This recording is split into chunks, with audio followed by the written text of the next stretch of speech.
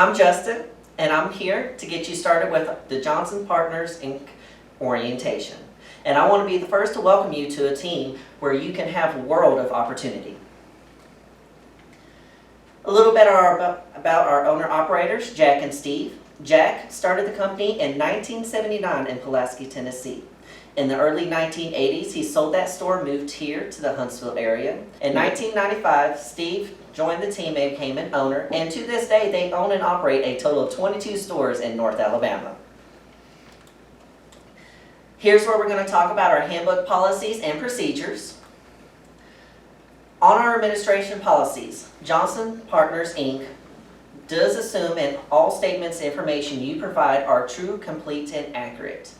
But if at any time that is proven to be false, it can be grounds for termination. Minor policies.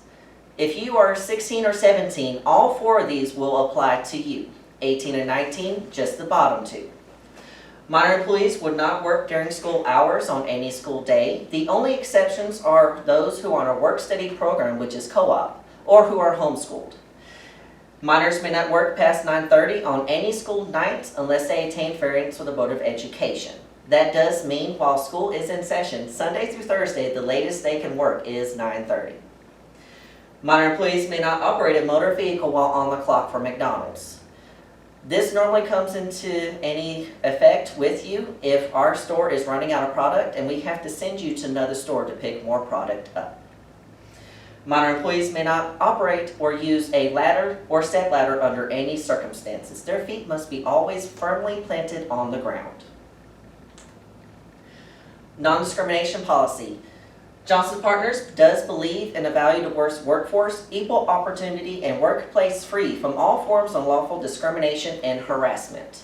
This does include, but is not limited to, the following: race, gender, religion, age, national origin, or disability. Violation of this policy results in disciplinary action up to and including termination. It is a violation of company policy for an employee to use, possess, sell, trade, or offer illegal drugs. It is a violation of company policy for anyone to report to work under the influence of illegal drugs or alcohol. It is a violation of company policy for anyone to use prescription drugs illegally. Employees in violation of this policy are subject to disciplinary action up to and including termination. ADA and service animal. The ADA is the Americans with Disability Act. We just covered that disability is one of the things that we cannot discriminate against. This act also protects the service animals that are permitted to bring into the restaurant. The only service animal that is permitted is a dog. A service animal is any guide dog, hearing assistance dog, mobility assistance dog, or a dog trained to warn the owner of impending seizures. Whenever they are inside the restaurant, you must not touch, feed, talk to, make noises at, or anything to distract the service animal from doing its job. It's there to do its, just like you're there to do yours. Communication policy. Do not discuss personal information about an employee of McDonald's. Do not use McDonald's logos, copyrighted material. No personal online activity while on the clock. Do not discuss confidential information about your restaurant. Cell phones must remain on silent and in your pocket, purse, or in your car. Do not post videos or photos from inside the restaurant. Do not claim to speak on behalf of McDonald's. And also, no personal phone calls or texting during work hours. Scheduling and attendance. Schedules are weekly and run from Wednesday through Tuesday, and generally are posted on Friday for the following week. Schedules are to not be written on, drawn on, or marked on. Employees are responsible for adhering to the posted schedule. You should not call management to request schedule information, and employees can access their schedule on our lounge. A little bit more on scheduling and attendance. Employees will be held to your date of hire availability. Your availability does affect your rate of pay. Employees must be in full uniform and ready to clock in as scheduled. If you miss a scheduled shift, you are responsible to find a replacement for your shift. If you are tardy, it must be reported 3 hours prior to your shift. and more than one authorized absence in 90 days can be grounds for termination. Okay, so meals and breaks. When an employee works more than 5 hours, they are given a 30-minute break to be taken off the clock and in the crew room. As an employee, you do get 75% off any numbered combo, and that is to be only given to you on your break. If you try to purchase anything before or after your shift, you are supposed to pay full price for that. As an employee, you are not allowed to prepare your meal, and a manager must be involved in the transaction. Cash policies. You can only work the register that you are assigned. You cannot work out of anybody else's, and no one can work out of yours. You're given time beforehand to verify that there is $100 inside that drawer.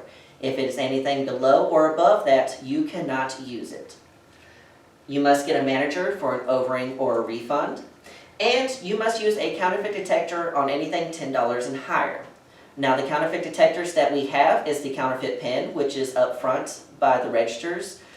And we also have a cash reader that is by the front counters and in the back cash booth. You'll be shown how to work that on your first shift. A little bit more on cash policies. Only a manager can make change for 50s or 100s. Any cashless transaction over $50 must be approved by either your supervisor or your director of accounting. We do not accept traveler's checks or personal checks unless it's been pre-approved through the office. And do not make change between registers. If you need change, please get a manager. They are going to get that out of the safe for you. Food and safety and hand washing. This is a big topic. The minimum for you to wash your hands is at least 20 seconds. You must wash from your fingertips up to your elbow. Before you start washing your hands, please pull down paper towels while you have your water starting. And when you're done washing your hands for that 20 seconds, take that paper towel, dry off, and take that same paper towel and turn off the water. You wash your hands as often as you do anything inside the store, whether it be picking up something from the ground, touching your face, your uniform, your hair, handling cash, really anything. Also, there is a timer inside the store that goes off every 30 minutes. When that timer goes off, everybody is to cycle through and wash your hands then. We have what we call the Big 5 foodborne illnesses. Those are E. coli, Salmonella, Hepatitis A, Shigella, and norovirus. OSHA and hazard communication. The following video will discuss what OSHA is and what they do.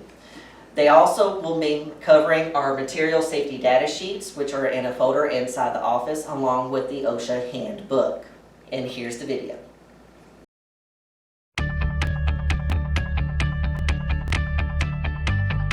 Every day we come into contact with chemicals. We use toothpaste, soap, and mouthwash. We fill our cars with gasoline and antifreeze. We even fertilize our plants. The truth is, modern life would be nearly impossible without chemicals. However, as helpful as these chemicals are, if they're not used properly, they can cause injury or illness. The best way we can protect ourselves from the hazards of chemicals is to be sure we know how to use them correctly.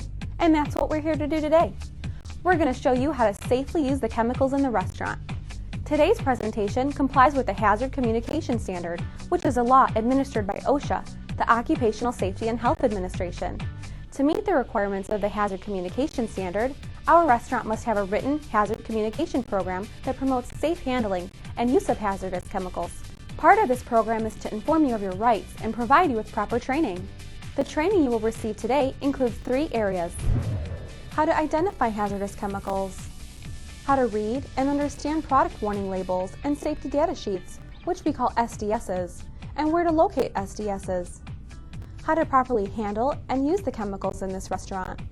Let's look at the first area, which is how to identify hazardous chemicals. What is a hazardous chemical? OSHA defines a hazardous chemical in a broad sense. It is any substance or mixture that can produce negative effects on the health or safety of a human being. Most cleaning chemicals can be defined as hazardous. However, the level of hazard varies dramatically. Some chemicals may only be irritating, others may be very dangerous. We try to use cleaning chemicals that have minimal or no hazards.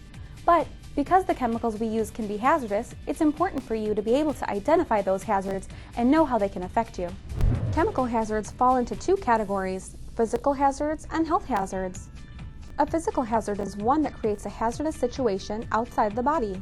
For example, if a chemical can cause a fire or explosion, it is a physical hazard. A health hazard, on the other hand, is a hazard that causes health damage.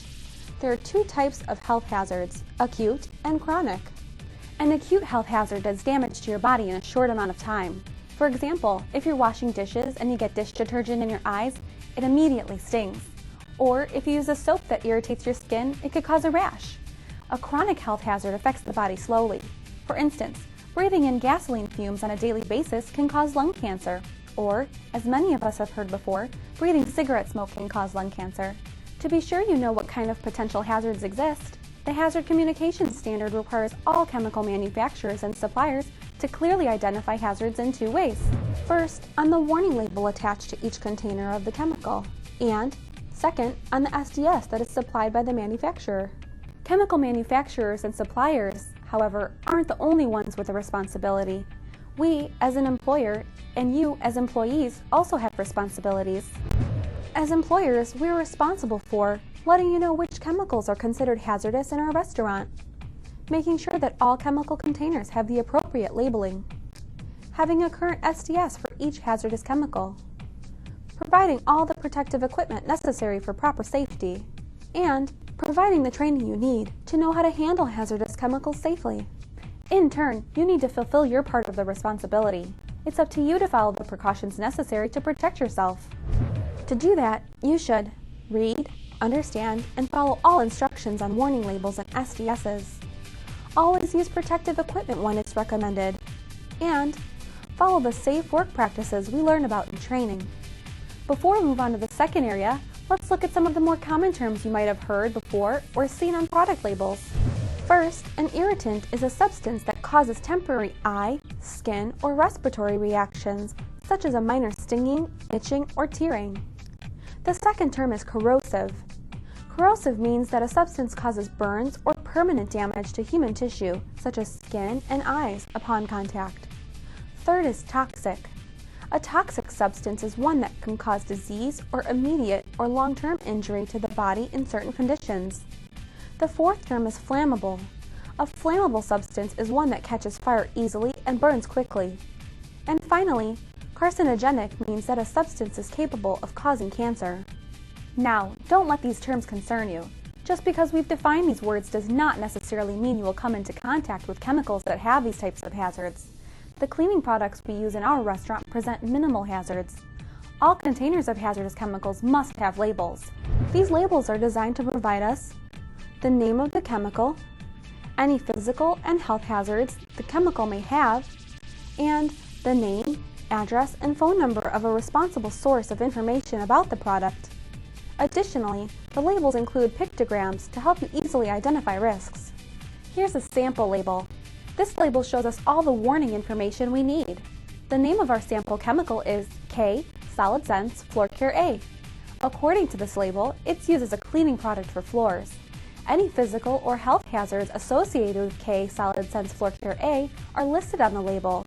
It says, warning, causes serious eye irritation, toxic to aquatic life, wear eye and face protection, avoid release to the environment, do not mix with bleach or other chlorinated products, will cause chlorine gas, wash hands thoroughly after handling, dispose of contents in container in accordance with all local, regional, national, and international regulations.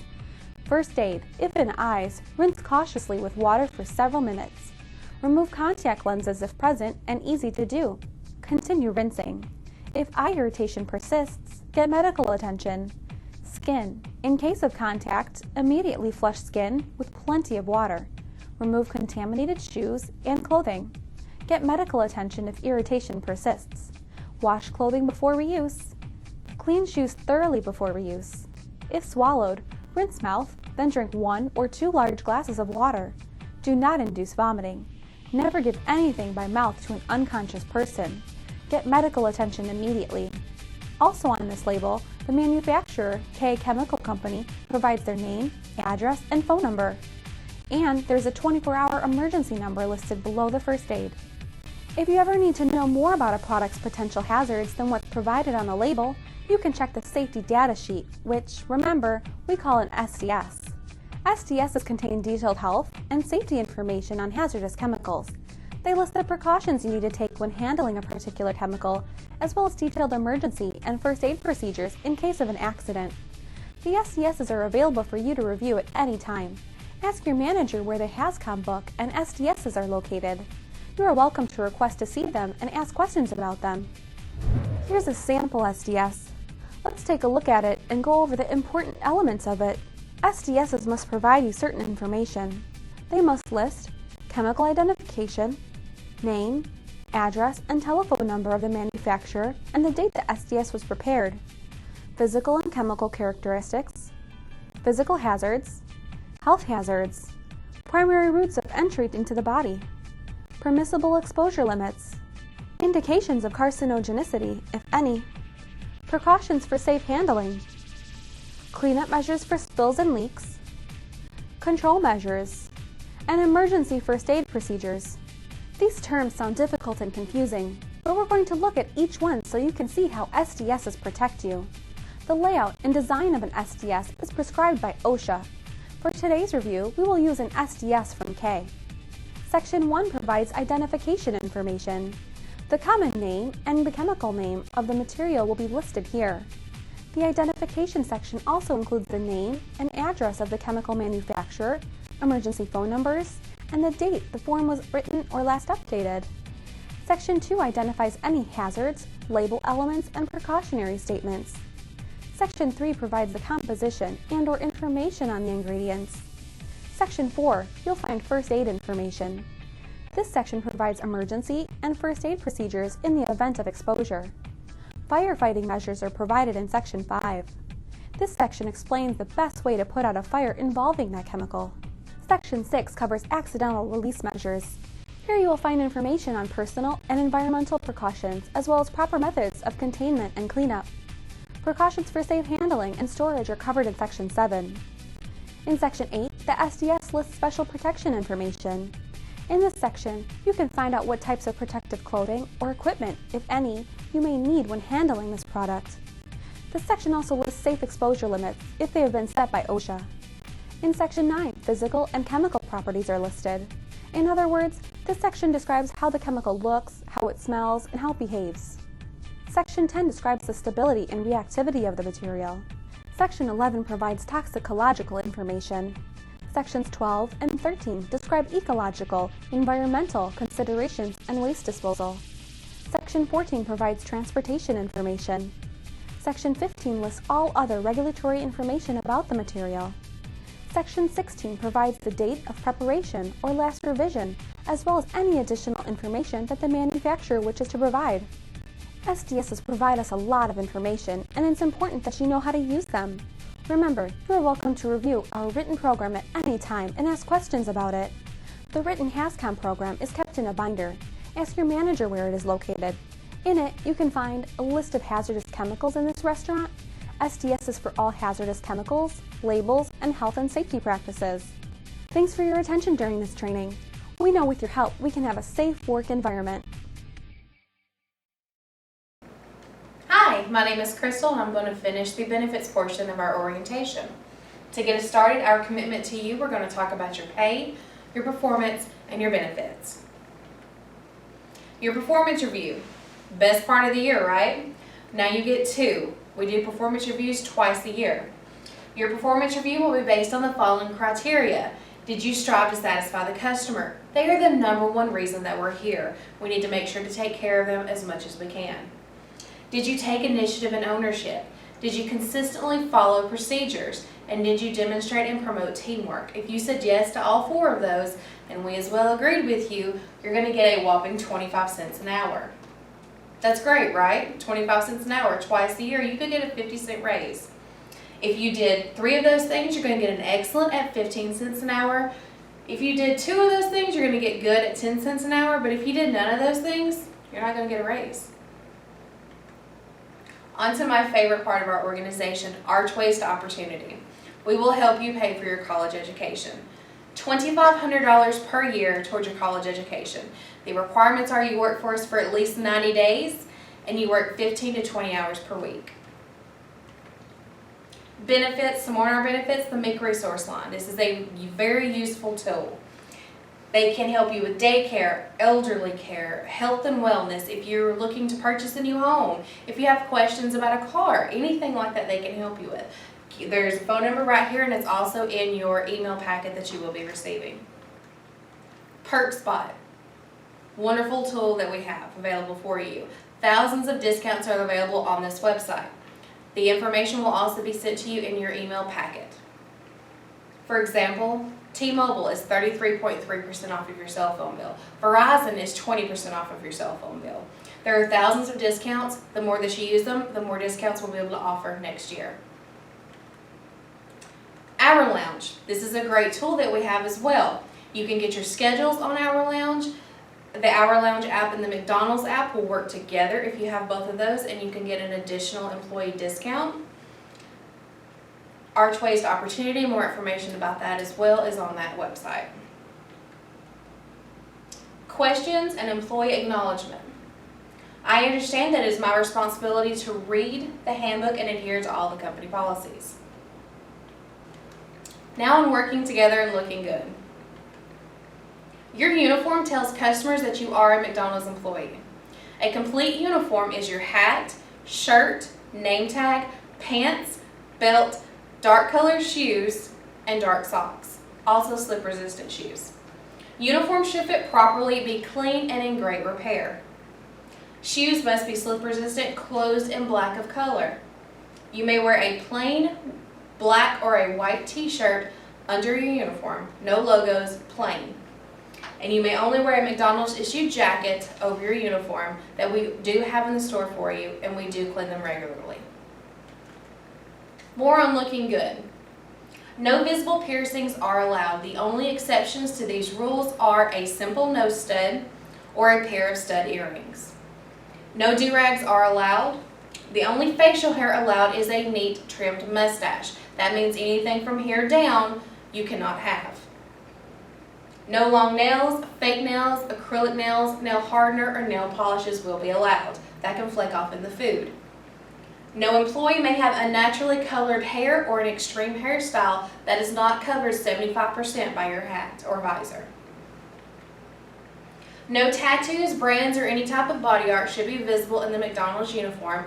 The exceptions to this rule are one small tattoo behind your ear, one small tattoo on your wrist, one small tattoo on your hand, a single wedding ring tattoo, and no body mutilations are allowed. Serving food. What to do when a customer asks you about nutritional information. You can give them the website or ask them to download the app.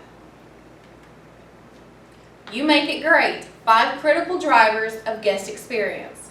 Quality food, fast service, accurate orders, very important, friendly crew members, and a clean restaurant. Satisfying our customers. When you smile, you have just spoken 120 languages. Smile when you say, "Hi, how are you today?" "Hi, may I take your order?" "Hi, let me get the door for you." "Thank you, and please come again." Quality, service, cleanliness, and value. These are the big 4 keys that makes McDonald's shine brighter. You will handle the quality, the service, and the cleanliness. We will handle the value. You are the face of McDonald's. Customers can get in contact with us many different ways. Some of those ways are 1-800 number on every cup, bag, and box. There is a voice feedback requested on every receipt. And there is an 855 number and email listed on all the doors and windows. Your role in serving the customer. Use eye contact. Say hello. Respond to individual customer needs. Check for order accuracy. That is a very big one, guys. Double check the order accuracy. Show appreciation. Be enthusiastic. Apologize for mistakes. Listen to the customer and thank each customer because, once again, they are the reason that we're here. What to do when a customer has a problem? What we consider the last method. Listen to the customer. Apologize to the customer, even if you're not the employee who they have an issue with. Solve the problem and thank the customer. This is a big one. Make sure to thank them for giving us the opportunity to correct our mistakes. Get the manager win. A customer has a food safety concern. This could be undercooked meat or a health concern. A customer has a hospitality issue. When the customer specifically requests a manager, don't argue with them, just get them a manager. Thank you for choosing a world-class employer. Welcome to our team. We love having you a part of our team. Now you will have a quiz that you are required to take, and you will also receive an email with a packet of the information that we've covered today, as well as our policies and benefits.